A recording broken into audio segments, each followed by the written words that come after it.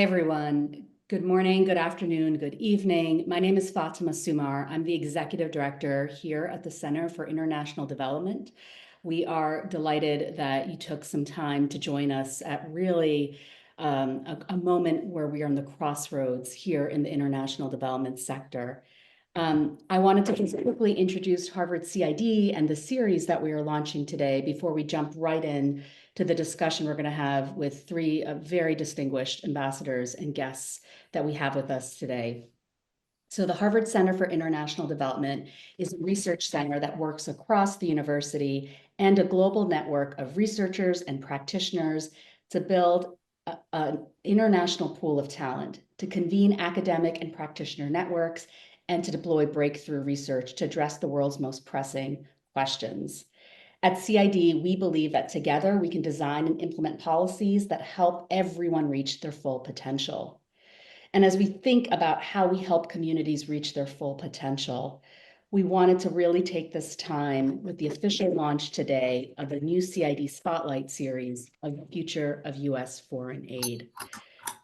Today's series and the panel today will start bringing together influential decision makers who have firsthand experience in shaping policies, directing aid initiatives, and overcoming development challenges. We want to look at the evolving role of US foreign assistance and consider its impact on the world as we all collectively try to figure out, where do we go from here? So our panel today is going to examine the link between foreign policy and foreign aid. And we're going to bring together voices that served on the front lines, from embassies to the State Department to many other distinguished roles, to hear their perspectives of the way US foreign assistance is connected to US foreign policy, to help all of us as a global audience of policymakers, scholars, and development practitioners better understand the linkages and the opportunities. We're at a crossroads today, as all of you know, in the international development sector, with literally the overnight dismantling of the US aid sector and the gutting of the world's largest donor agency, the US Agency for International Development. This week, nearly 10,000 contracts and grants for USAID and the State Department were terminated. Tens of thousands of development and humanitarian workers are suddenly finding themselves unemployed in the United States and in over 100 countries around the world where USAID works. And millions are losing life-saving programs and access to critical services that the United States provides. We're also gathering at a time when other donors, like the United Kingdom, are pulling back their own assistance, setting off a potential domino-like effect. So it may be too early to say who, if anyone's going to step into the void or the implications, but we know that this can have long-standing impacts on US leadership, US assistance, and US policies. So what better way to kick off this conversation than with our three distinguished guests here today?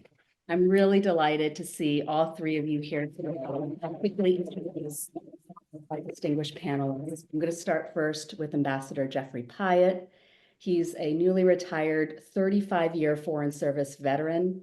He most recently served as Assistant Secretary of State for Energy Resources, where he was the US's chief energy diplomat and led a global team to leverage America's energy resources in the furtherance of US national security and that of US allies and partners. He's a career member of the Foreign Service with the class of Career Ambassador. He was also our ambassador from the United States to Greece and Ukraine, and served in many other distinguishing roles as well. So Ambassador Pyatt, welcome to this conversation. Okay. Next, I want to introduce Boucher. He's also a senior US diplomat turned educator with over 32 years of experience in the Foreign Service, achieving the highest rank of Career Ambassador. He has many distinguished titles, including Assistant Secretary of State for South and Central Asian Affairs. He was the longest serving spokesperson in State Department history, serving under 6 secretaries of state. And he was also our US representative as the Deputy Secretary General of the OECD, the Organization for Economic Cooperation and Development. So Ambassador Boucher, thank you so much for being with us today. Thank you very much. And finally, I'm going to turn to Ambassador Brigety. He is currently the president of Boucher Advisors, before which he was the US ambassador to South Africa. His resignation came shortly after President Trump's election victory in 2024 and is a good case example of common standard procedures that we see in line with changes in presidential administrations. Ambassador Brigety has a very distinguished career, including serving as an active duty US naval officer, and would love to hear, Ambassador, some of your perspectives also on the defense and national security side. He was also the US ambassador to Ethiopia and the former dean of the Elliott School of International Affairs at George Washington University. Ambassador Brigety, thank you for being with us as well. So to kick us off in this conversation, I'd love to start with each of you with where we are today in the news cycle. It's been a gutting week, and we know for those of you in the DC area in particular, and those serving in missions all around the world that have received these termination notices, that had 15 minutes to pack up their offices and leave overnight, to the US cadre of dedicated public servants out there who have not been valued for their public service in the last few weeks. It's been a really gutting time. It's been described, the past few weeks have been described as a seismic event, and one that we've never really seen in our 80+ year history in the international development sector. I'd love to bring in your perspectives around this particular crisis moment that we're facing, the global health impacts of this crisis, the climate energy disruptions, and also the humanitarian consequences. So I'd love to turn to each of you first for any opening remarks you want to make about the moment we're standing ourselves in, and then we'll dive right in to the conversation at hand. Maybe Ambassador Brigety, I'd love to start with you first, and then we'll turn to our other guests. Sure. Well, thank you very much. It's an honor to be here with my distinguished colleagues and also to be with everybody online. Let me just say three things very briefly to begin. First, as a citizen, and also as one who has led many distinguished colleagues in the field, let me just express my profound gratitude to all American Foreign Service officers at State Department, US CID, our civil servants, et cetera, who have done extraordinary work on behalf of the American people all around the world for decades. Thank you. The second thing I'd like to say is that elections clearly have consequences. I believe that in a democracy with fair elections, the voters are right by definition. The American people have decisively chosen this particular tack for a variety of reasons. And President Trump and his administration are moving swiftly, relentlessly on a mandate that they believe they have to reset America's position in the world, America's engagement in the world. This will continue to be debated both in the courts of law and courts of public opinion, as well as various political engagements, but that is the mandate that they have. Final thing I would say is, notwithstanding the very different approach that the Trump administration is taking, broadly speaking, towards America's stance in the world, as well as in the particular instance towards foreign aid, none of this changes the fact that pandemic diseases don't know borders. None of this changes the fact that there will be emergency humanitarian crises of epic proportions that require response. None of this changes the fact that there are fierce democracy supporters around the world that will continue to fight for their own democratic rights and freedoms and that will need support. None of this changes the fact that there continues to be a need to try to continue to figure out how to support economic development amongst the poorest people in the world. What is clear is that we are going to have to think about a very different way to doing all of those things, absent the full support and engagement of the government of the United States of America. Thank you so much, Ambassador Brigety. Ambassador Boucher, can I turn to you, and then Ambassador Pyatt? Yeah, a couple thoughts. I mean, the first implication of what's going on is people are going to die. They're going to die of AIDS. They're going to die of starvation. They're going to die at the hands of murderous regimes over whom we don't have influence. The aid program has made the United States a world leader. We've led in the international discussion of how to foster development, how to influence governments. And it's given us specific influence in specific governments where we wanted to change their policy.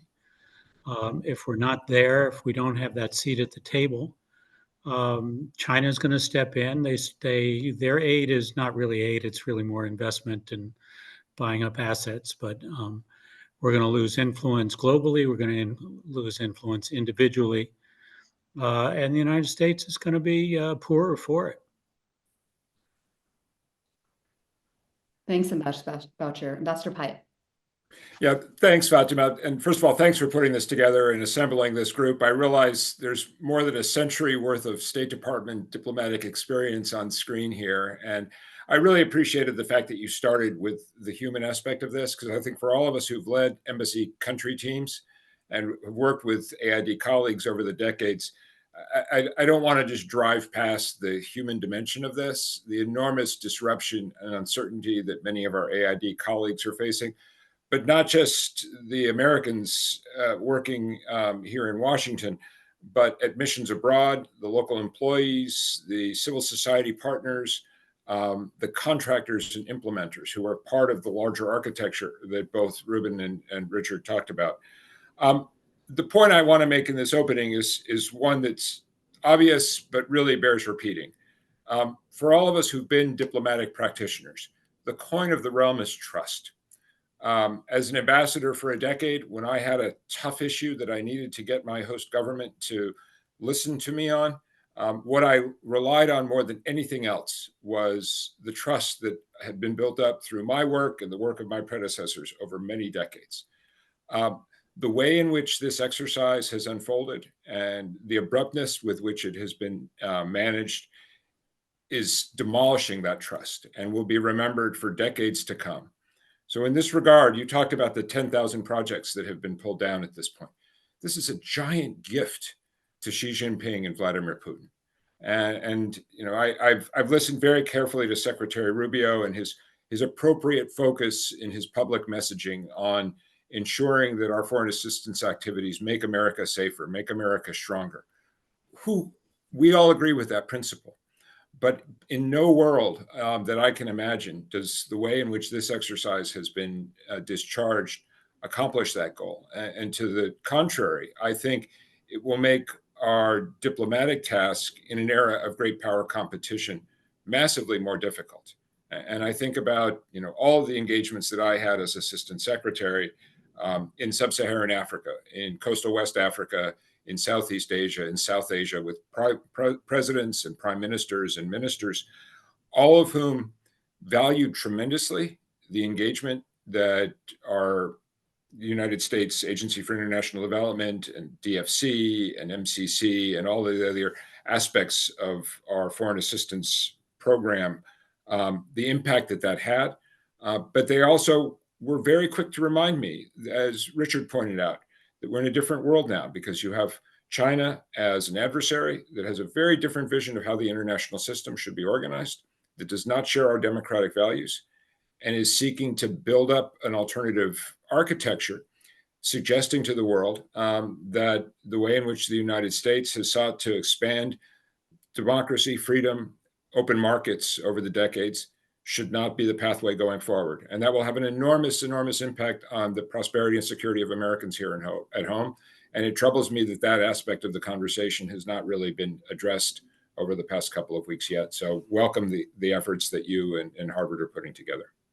So let's pick up, Ambassador Pyatt, let's pick up on that last point for a moment, because, you know, when we look at the rationale of why this is happening, why is it happening now, and why is it happening this way? You know, Ambassador Brigety, you said that elections have consequences, right? The American people have spoken. This is the administration that they have chosen. And every administration has a right. We've all served under both Democratic and Republican administrations. Every administration has a right to put their policies in place. The way you do policy design, the way you do policy implementation, though, does matter. That has consequence. That's something we teach here at the Kennedy School to our students. So I want to unpack a little bit for an American audience first, and then we're going to turn global. But let's talk to an American audience first. why does what happens with our development assistance, our humanitarian assistance, why does that matter here to Americans at home? What's the link with our own security as Americans here when we think about our security and foreign policy? Because it's been suggested by the Trump administration, by Secretary Rubio, by Elon Musk and Doge and others, that this assistance is largely wasteful, it's covered with fraud, and that it doesn't advance US American interests. So can you help us understand, for Americans to understand, what's the link to their own security and our foreign policy here at home? And I'll just open it up, whoever would like to start. Sure. Sure. If I can just offer just a few thoughts. First of all, let me say I agree wholeheartedly with my other colleagues on the panel with the sentiments they've already expressed. There is no scenario in which American international or domestic interests are better served absent the robust presence of American leadership globally. None. Whether that is in the sense that it helps us have access to markets for the export of American goods, or allows us to have partnerships with foreign governments to address very specific and hard threats to American interests, including American lives. And as Ambassador Pyatt just mentioned, as it relates to our Chinese adversaries, China doesn't even have to backfill all the aid that is now being suspended. All they have to say now is, see, you can't trust the Americans, because their political system is so capricious that even if they make a commitment to you today, you can't guarantee that they're going to be here for you 2 years from now.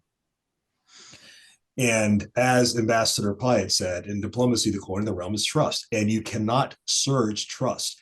A, you have to build it before you need it, and B, once it's destroyed, it is never the same again. Because whoever your interlocutors are will always remember that you are capable of destroying it.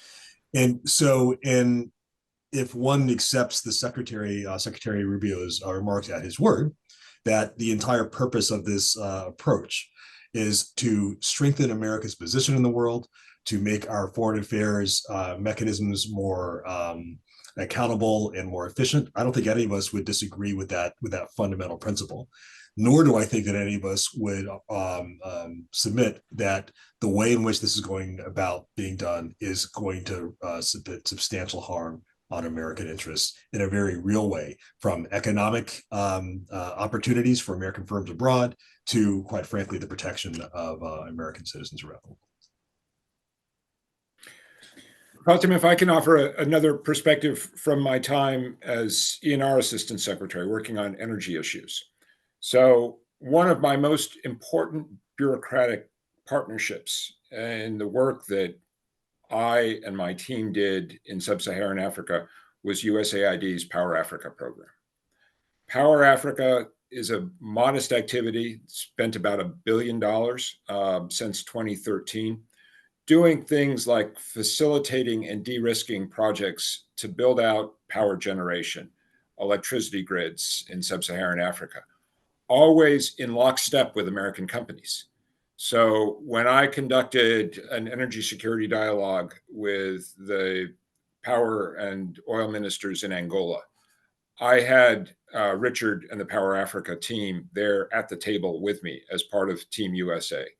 But we also had GE Vernova, and we had Chevron and ExxonMobil and Sun Africa, all American companies who generate jobs here in the United States, who were leveraging the Power Africa activity to expand their markets and their sales in sub-Saharan Africa.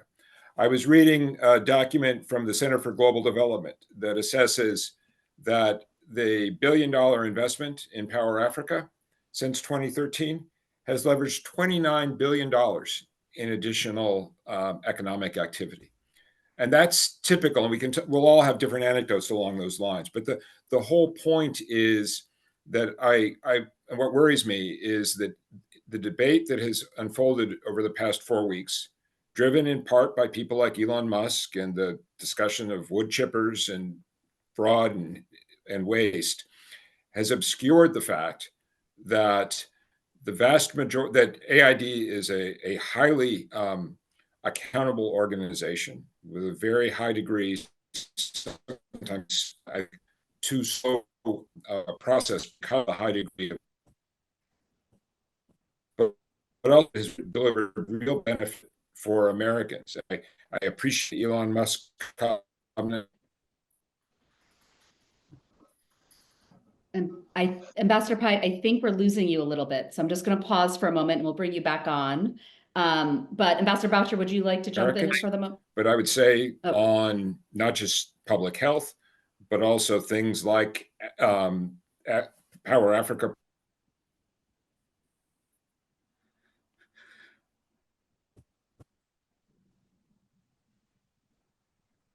I think Ambassador Boucher, would you like to jump in while I will, and I expect him to come back and finish his thoughts. But you know, a lot of this has to do with Americans who supply the grains that we sell overseas, American companies that come out and do the work overseas when we contract for something.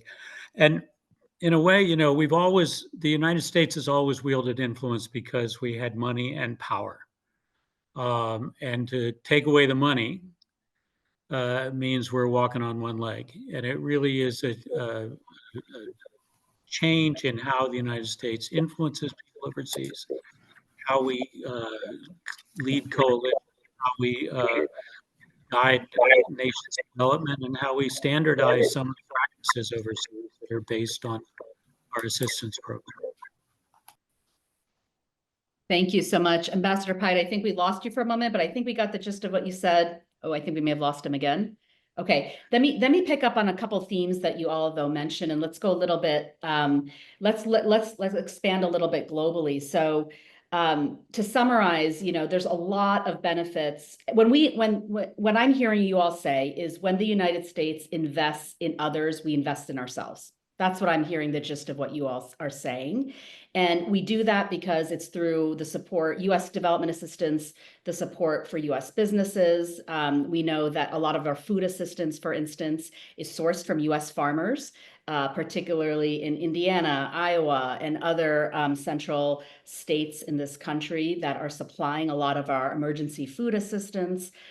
We know that our medical assistance, our life-saving humanitarian assistance is coming from US manufacturing of vaccines, for instance, here in factories and companies and pharmaceuticals here in the United States. So US companies and US businesses certainly are a major benefactor, both on the supply side, but also they benefit from marketplaces that are healthier that they can then engage in to do business in many countries overseas.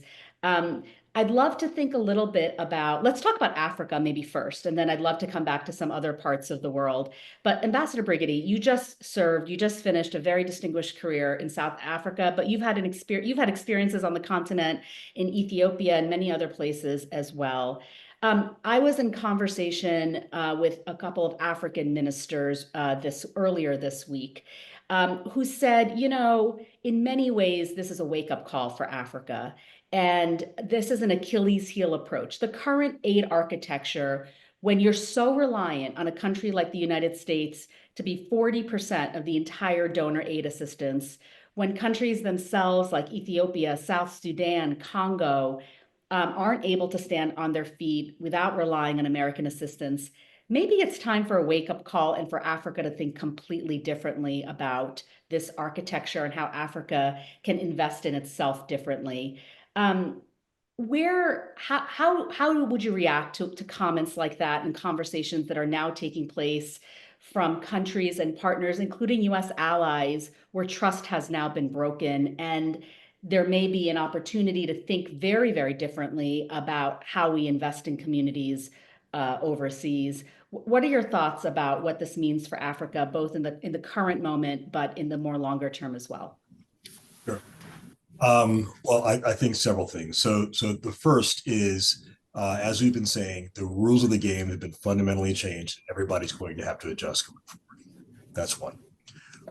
In fact, I would submit that the Trump administration would argue that the fact that we are now having to think through more systematically how we're going to address these priorities, absent relying on the US government, US taxpayers, they would argue is a win, because that is essentially their mandate. And I think they would also argue, and I think it's fair to, this part of it's certainly is fair to say that there's long been a debate on the efficacy of US aid, on the use of how we balance the money that we're spending on our foreign presence and our foreign assistance against very pressing domestic priorities. And I think those are all very fair questions. But the way in which this is now being done is going to force everyone to include, as you correctly noted, governments across the continent of Africa and those who engage in the continent to think fundamentally differently about how they're going to address these fundamental challenges. I'll give you sort of a baseline way of thinking about this. So we are now firmly in the year 2025. For those of us that are older than 25 years of age, the last 25 years have gone by in a blink. When we blink again, and we're in 2050, half of the working age population on the planet is going to be African, and 1/4 of humanity is going to be African. That presents both an enormous challenge and an enormous opportunity, not just for the continent, but indeed for the entire world.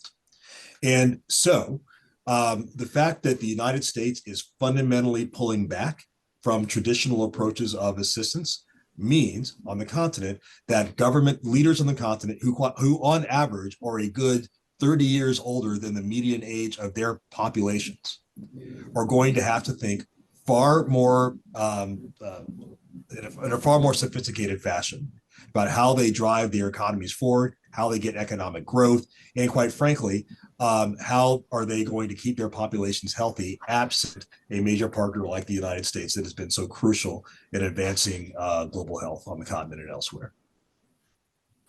There's an ongoing conversation. There's been a lot of conversations around whether or not China steps in to fill this vacuum. Now, China has tended to do that on the infrastructure side, not as much on the humanitarian global health.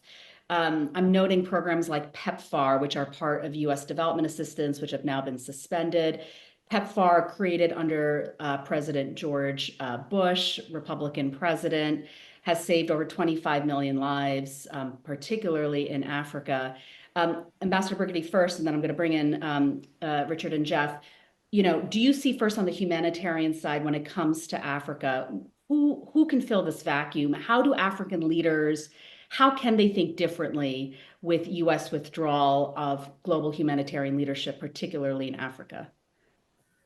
Well, let me take a step back. And as fair-minded as I can possibly be about this, even if you can make the argument that U.S. foreign assistance needs to be reformed, and we need to rethink about how, as Secretary Rubio has said, how these sorts of enterprises are impacting the American people.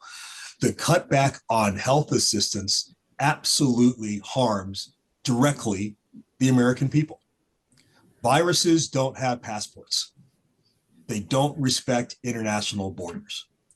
And one of the unanticipated benefits of PEPFAR is that it not only strengthened African healthcare systems across the continent, but also helped to strengthen epidemiological capabilities across the continent of Africa, such that, for example, when we just came through the COVID pandemic, some of the earliest and best research on the planet about how to address COVID in the midst of the pandemic happened in South Africa, as a direct result of building on the infrastructure of PEPFAR that had been in existence for 20 years. We don't know where the next pandemic is going to come from. What we do know is that it's not going to stop at the water's edge. And so literally by helping to keep other populations healthy and alive, we're also helping to keep Americans healthy and alive as well. I literally cannot understand how the administration intends to address that particular problem set in terms of protecting Americans from pandemic disease with the particular approach they're taking as it relates to global health in international development. Well, let's connect that more globally. And Ambassador Boucher, would love to bring you in. So we've also heard, in addition to the bilateral cuts of US aid and the development assistance, the US is also pulling out of global architecture like the World Health Organization, some of the UN architecture. There's rumors about things like the World Bank and other spaces. how do you think of this on the global side as well in terms of the multilateral architecture, where the US traditionally has been a leader, both a financial leader, a policy leader, a humanitarian leader, but also a leader that's setting global norms around rule of law, democracy, governance, and what global norms look like? You know, that's a space the United States has occupied for a long time. Is how will that shift kind of in a multipolar world as we think about those global norms, governance, and our global institutions? Well, I think, the answer is in the question that when the United States, because it's a major player in these areas, has an awful lot of influence in all the global organizations and all the global committees and policies discussions. So the United States really leverages our aid into other people's aid. We set the standards, we set the targets, we set the goals, we set the practices of giving assistance and development assistance that everybody else uses. We do that through committees like the ones at the Organization for Economic Cooperation and Development, through the United Nations, through our influence at the United Nations, and through all the international organizations. If the United States is not a player in the development space, you probably end up with sort of two models. One is the Scandinavian model, which is the money to keep people from dying. The very much, people are on the edge of disaster, give them some money and deliver some food. And then the Chinese model, which is buy assets and run a port or run a railroad. So the United States is really interested in development, and there are a lot of countries that have benefited from that. And you look around Africa, you see countries that now have, I'd say, a middle class engine for growth. In Kenya, Senegal, and places like that now have their own engines for growth, and that don't need that kind of low-level development assistance anymore, but rather need project financing for big projects and maybe some and money to help people start companies. So we are the ones that lead in sort of changing the face of assistance. It's not just throwing money out of airplanes. It's setting the standards by which everybody else invests in those countries. You know, there has been a transition, and I want to just scene set historically a moment, and then Ambassador Pyatt, bring you in, especially as we think through Ukraine and what's happening in Europe and energy markets today. Historically, most of the world, if you think 80 years ago, most of the world lived in poverty. I mean, when you're thinking of the time period when our architecture was set up of foreign assistance, end of two world wars, breakup of colonial empires, the majority of world, including here in the United States and in Europe, lived in poverty. And so efforts like the Marshall Plan and then the creation of foreign aid agencies, including USAID, were really critical for being life-saving and getting people to survive. Since then, you've seen the emergence of many new economies, including middle-class economies, the rise of India, the rise of China, South Korea, Singapore, many other countries, including in Africa, Latin America, the Middle East. We're no longer at the poverty thresholds we were 80 years ago. There are arguments out there that the face of foreign assistance needs to change pretty dramatically to keep up, to go beyond just life-saving humanitarian assistance. There have been changes, both Republican and Democrat, in the past 15 years to do so with the US architecture. You see agencies like the Millennium Challenge Corporation, the Development Finance Corporation that have been created to invest in businesses, to invest in economic growth, and to help the emergence of new economies that in turn create space for US businesses and US consumers. We have done a lot. The United States has done a lot, including in the energy space. So we think often US aid is on the humanitarian side. That's true. A lot of it is for humanitarian assistance, but it goes beyond that as well. Security assistance, economic assistance, technical assistance, but also in the energy space and global energy markets. Ambassador Pyatt, something I know you've worked near and dear to your heart, you've spent a lot of time on in multiple capacities, obviously on the energy side, but also in a bilateral sense when you're looking at countries like Greece and Ukraine. How does this affect the global energy market and ways that we think through the health of building economies, including the US economy?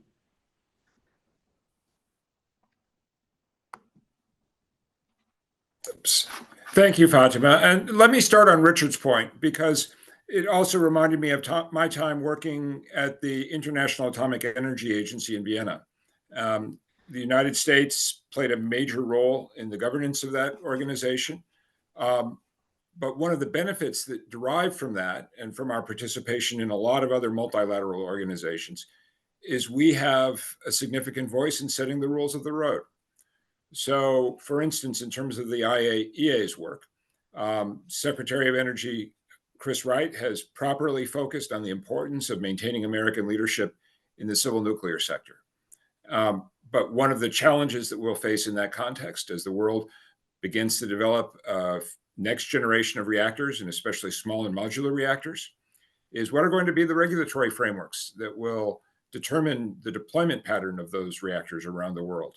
What are the standards of safety that the IAEA, which is the institution given this responsibility by all of us in the international community, what are the standards of safety that the IAEA puts together? If we're at the table and if we're exercising leadership, as we've historically done, we get to set the rules in a way that are beneficial to American companies. But if we're not there, you can be quite sure that our adversaries, that the Russians, that the Chinese, others will seek to set rules that are disadvantageous to our companies. A similar dynamic applies in the case of Ukraine. And as you noted, one of my responsibilities as ENR Assistant Secretary was leading the whole of government effort and the effort with our partners across the G7 community to build resilience in the Ukrainian energy system in the face of that aspect of Putin's war on Ukraine.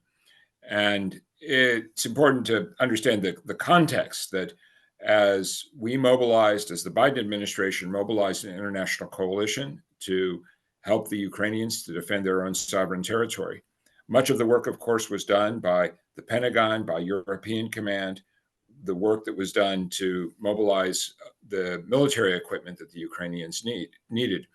But Putin also saw energy and power generation as an important battlefront. And so we put together an international coalition to mobilize funding and to find the transformers and generators and switchgear and equipment that Ukraine needed to repair what Putin had destroyed. And I think Katie and your team can throw up quickly a PowerPoint slide deck, a placemat that we put together that describes the funding success of that exercise. And what you'll see there is the mobilization of more than $5 billion in energy sector assistance since February of 2022. But there's another really important statistic there. If you look at the simple pie chart, the blue slice is US funding, the orange is the rest of the world. And contrary to what the White House has sometimes suggested, the vast majority of assistance that's been provided in this area, as in the military area and others, has actually come not from the United States, but from other partners. And in terms of implementation, it's only AID that has the grant-making authority, the network of relationships with contractors, with implementers, to actually push that money out the door to procure the generators and the repair equipment that the Ukrainians needed. This was not a matter of writing blank checks to the Ukrainian government. To the contrary, it was a highly scrutinized, highly audited process designed to procure at a much faster than market pace the equipment that the Ukrainians needed to maintain the integrity of their power system. And I will tell you, having visited Kyiv in December of 2022, early in the war, during the first winter of Russia's attacks on energy infrastructure, I don't think anybody would have imagined that the Ukrainians today would still be holding their own the way they have. And a big part of it is the assistance that we were able to channel. My relationship working very closely with my counterpart, Aaron McKee, who was the USAID Assistant Administrator for Europe and Eurasia, but also with Aaron's team at the aid mission in Kyiv, and with the contractor and counterpart organizations that did some of the practical procurement. All of us on screen here today have worked with the State Department, and which is a wonderful institution to which I devoted the majority of my professional life. But state doesn't have the mechanisms to do what AID was able to do in this aspect of the battlefront. And it worries me greatly that we've so quickly dismantled that capacity, because the next time this happens, and there will be a next time, imagine there's a Chinese attack on Taiwan or some other unpredictable scenario, and we're trying to figure out how do we mobilize an international coalition to deliver rapid assistance with a politico-military focus. We're not going to have the toolkit that we need to accomplish that. And I think we're all going to lament that circumstance. The last point I will make, really leaning back on my time as ambassador in Ukraine and the work that our AID mission did, what was really striking to me from that period was, first of all, the professionalism of our USAID colleagues, both Foreign Service and local employees. These are all people who have served in many of the most difficult places. You don't get posted to Paris and Berlin as a USAID officer. You take your family around to a lot of difficult corners of the world. You make all the sacrifices that are entailed there. But more than anything else, these are people who are dedicated to putting the best face possible on the United States. And I think that's consistent also with what the American people would seek. And I completely agree with Reuben's important opening point about elections having consequences and the importance of respecting the will of the American people. But I also think it's incumbent on all of us as national security leaders to ensure that the data that's informing those conversations and those decisions by the American people are an accurate reflection of the fact. And I think if you watch what's out there in social media or even on Fox News these days, it is disconnected from the reality of U.S. foreign assistance and the work that USAID does around the world that we've all been exposed to. Thanks. No, thanks for those important points. Let me pull out a couple of things here, and I'm tying this also to questions that are popping up in the chat as well, to bring in these perspectives from our audience here. So, you mentioned, Ambassador Pyatt, that the people that work in institutions like USAID, but also they're implementing partners and contractors. One of the things I've seen in my career, and I know all of you have, and you mentioned this as well, is in many ways, they are the institutional history of global networks of who can the United States talk to, who knows local leaders, who knows different companies, different stakeholders that are so important to advance US foreign policy interests. When you eliminate that capacity overnight, even if you want to restart it again, I suspect that may be hard to do if it's completely eliminated. I note we have here from Paul Foldy from the Professional Service Council in the chat. He is noting from his organization's perspective that some of those implementing partners that you mentioned, Ambassador Pyatt, the contractors that have been working for years with USAID and the US government, who have fulfilled their work, who have finished it, they have something totaling more than $750 million right now in work completed, with the failure of the State Department and USA to pay those invoices right now, which could lead to bankruptcy for many of those organizations in real time. So even if you wanted to restart the engine, so to speak, with a new policy set of priorities, it could be very difficult to find the people and the organizations to do it. I wanted to tie to another question here in the chat. When we think about people, when we think about institutions, there is a political article out there just this morning suggesting that Secretary Rubio would also like to cut back not just the aid missions, which he's now done, but US embassies as well, and US personnel at the State Department. Would love your take on that as breaking news, since we've just heard that this morning. And then more broadly, what implications, if you lose the architecture, if you lose the people, if you lose our institutional history, how would any administration then be able to successfully implement whatever policy platform they'd like to implement? Fatema, can I address that? And I, fully agree with what Jeff said in terms of the importance of actually having a debate that is informed by the actual facts. And as we say, this is all going to continue to be contested in the court of public opinion and sometimes in legal courts. But what is clear is that all of us are going to have to think differently about the problem set that still exists. Because the problem set still exists, even although we're gutting our capability of the U.S. government to address this myriad issues, the issues are still going to exist. That means that everybody else is going to have to get much more creative about thinking about mechanisms to address these core matters. I'll give you a very basic example. And I'll take a shameless plug in this regard. So we set up Boucher Advisors for the purpose of helping global clients do business in Africa and helping African clients do business in the world. And we do it specifically because we see the nature of the economic opportunity on the continent, as well as the challenge of the demographic growth, and wanted to continue to create an additional sets of mechanisms to help companies develop private sector solutions to the need for economic growth on the continent.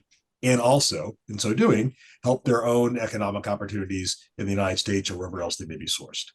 Now, we set up Boucher Advisors long before the nature of the Trump administration's approach to the mechanisms of U.S. government became fully apparent. But this is the kind of initiative that other actors in this space are going to have to figure out, because it's clear that for sure for the next 3.5 years, the U.S. government is not going to be a player in a particular way.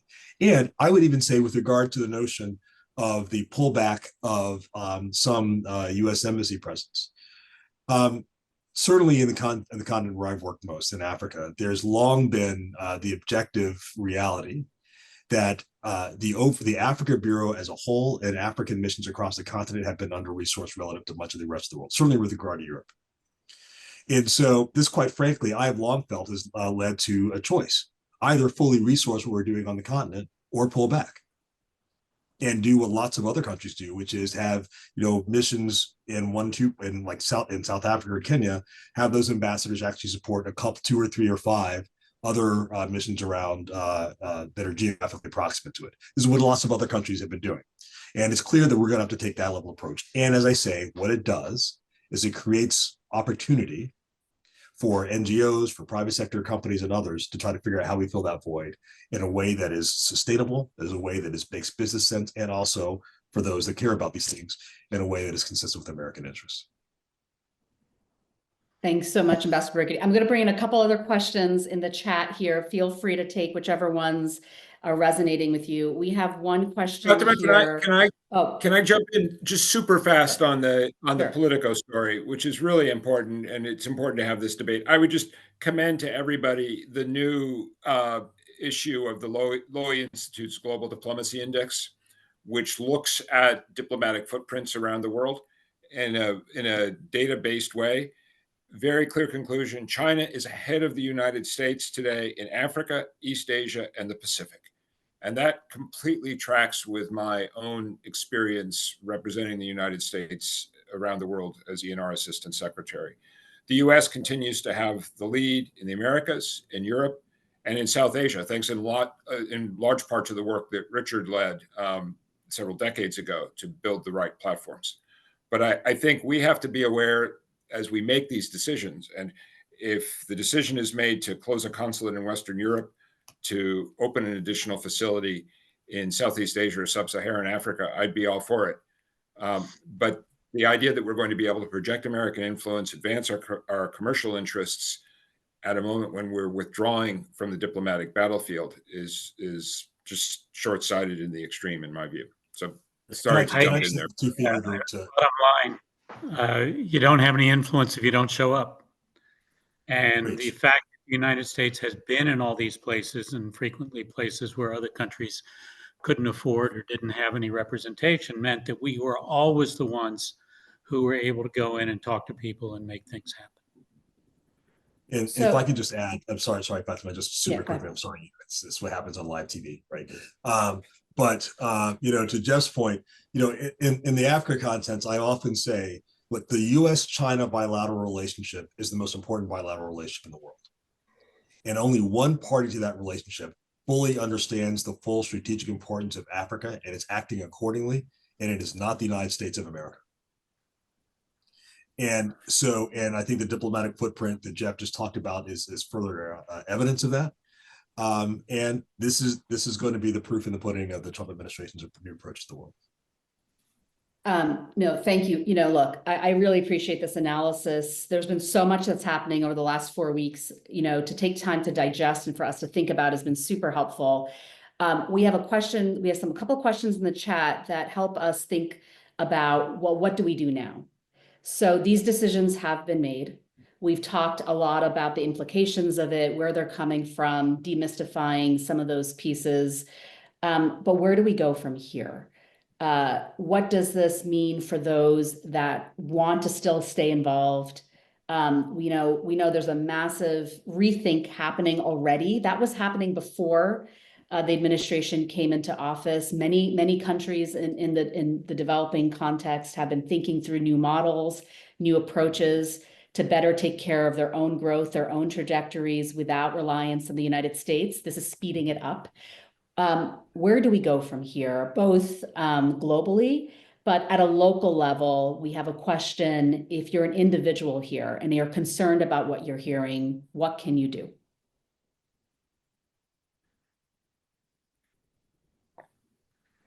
So they're please. Reuben, go ahead. No, so I note a number of questions from contractors. And, if I were a USAID contractor whose 80% of whose funding just got yanked, I would be moving immediately to set up offices in Jeddah, in Dubai, and in Doha.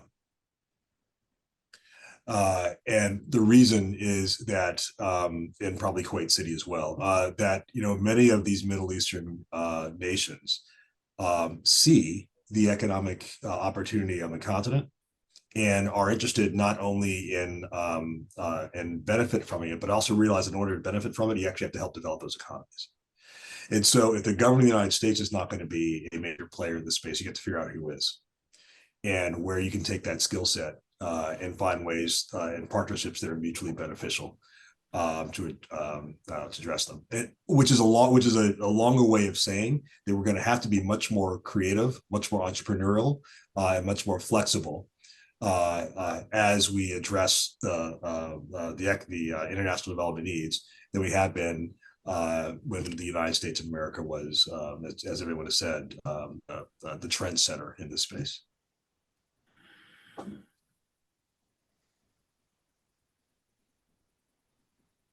Richard, please. I think there's a couple of things we can do. First of all, is support the NGOs, the unofficial organizations that are out there working in the development space. And the second is to sort of look at how we can be influential in international development policy, so that it's not just seen as a giveaway money kind of thing or funding for contractors kind of thing. The question of development has a lot to do with how individual countries organize their processes, organize their budgets, organize their political systems to achieve development. So all our organizations, all our universities, for example, have relationships overseas, Harvard, included, where they work with governments and they try to help people figure out how to do their development. So countries are going to be much more sort of figuring it out by themselves, but we can always help with that. And I know we only have a couple minutes left, so I'm going to ask one appendix question, and Ambassador Pyatt, feel free to jump in on this one as well. I'm sitting at a university. Many of you have affiliations also with universities. This has been a gutting time for our next generation of talent who were interested in pursuing careers in international development and foreign policy or US government. What do you say to this next generation currently in college and graduate school and thinking through this crossroads moment of their career? I note that all three of you are such distinguished public servants, and there's a history in the United States about public service that feels under attack for many right now. maybe just as we close out, any closing words you want to also say to the next generation of talent at all of our universities and beyond of how they can be thinking about this moment. Yeah, thanks, Fatima. Let me make 2 points. One, if I can go back to the earlier question as well, I just want to put a quick plug in also for the Development Finance Corporation, which has been a huge value multiplier for me in both my ambassadorial roles and as assistant secretary. And I think as we have this larger debate about foreign assistance, let's not lose track of those institutions: DFC, EXIM, MCC, TDA. These are the institutions with which we present an alternative to China's Belt and Road, and they are a key. They are just as important to our diplomatic arsenal as the work that's done by our military commands. On your really important question about the next generation, I'll just say 2 things. The most humbling thing that's happened to me across a 35-year foreign service career are the multiple occasions as ambassador, both in Ukraine and in Greece, where I had random citizens walk up to me on the road in Kyiv or Athens and say, "Ambassador, you don't know me, but I just want to say thank you for what the United States has done to help my country." I happen to work in 2 countries as ambassador in 2 countries that went through severe political and economic crises, and it was the United States that was perceived as their best friend. And I am completely on board with Reuben's point that we can't be so focused on humanitarian concerns overseas that we overlook the tragedies happening in parts of our own country.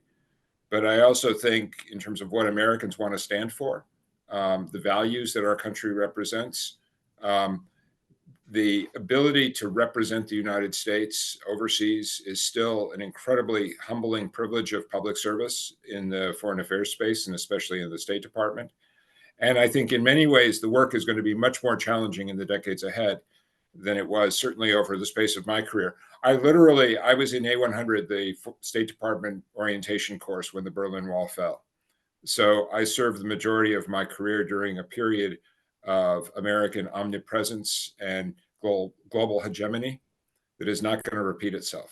And the task of American diplomacy and maintaining American national security using our diplomatic toolkit is going to be much more challenging in the decades ahead. It's going to require people with language skills, with country knowledge, the ability to integrate global issues, to understand the connections between health and cyber and energy and climate change, and to figure out how that connects to the interests of our companies and the interests of American citizens at home. So I still think it's a fabulous career. And as I said, I can't imagine anything in the private sector that delivers the level of psychic rewards that come from representing a country which is perceived to be the good guys in a contested international environment. Well, we are at time, so I'm going to use Ambassador Pyatt's last words here and I know that's a sentiment I know shared by by Ambassador Boucher and Ambassador Brigety as well. Just to first thank the 3 of you for taking your time. Thank you for your distinguished public service over many, many years, positions across both Democratic and Republican administrations. You know, what I'm taking away in listening to this conversation is that the linkages between U.S. foreign policy and U.S. development assistance are multifaceted. They are codependent on each other's collective success. And as these decisions are currently being made in Washington, D.C., that are having both immediate impact, it'll take time for us to understand some of those global repercussions, but that at the end of the day, U.S. development assistance has been a key pillar of U.S. foreign policy, U.S. national security. And with that part of the 3-legged stool for now missing or being remade, we'll see the impacts it has on U.S. posture globally in many countries and the impact it has back here for Americans at home. Thank you so much to the 3 of you for being part of this discussion.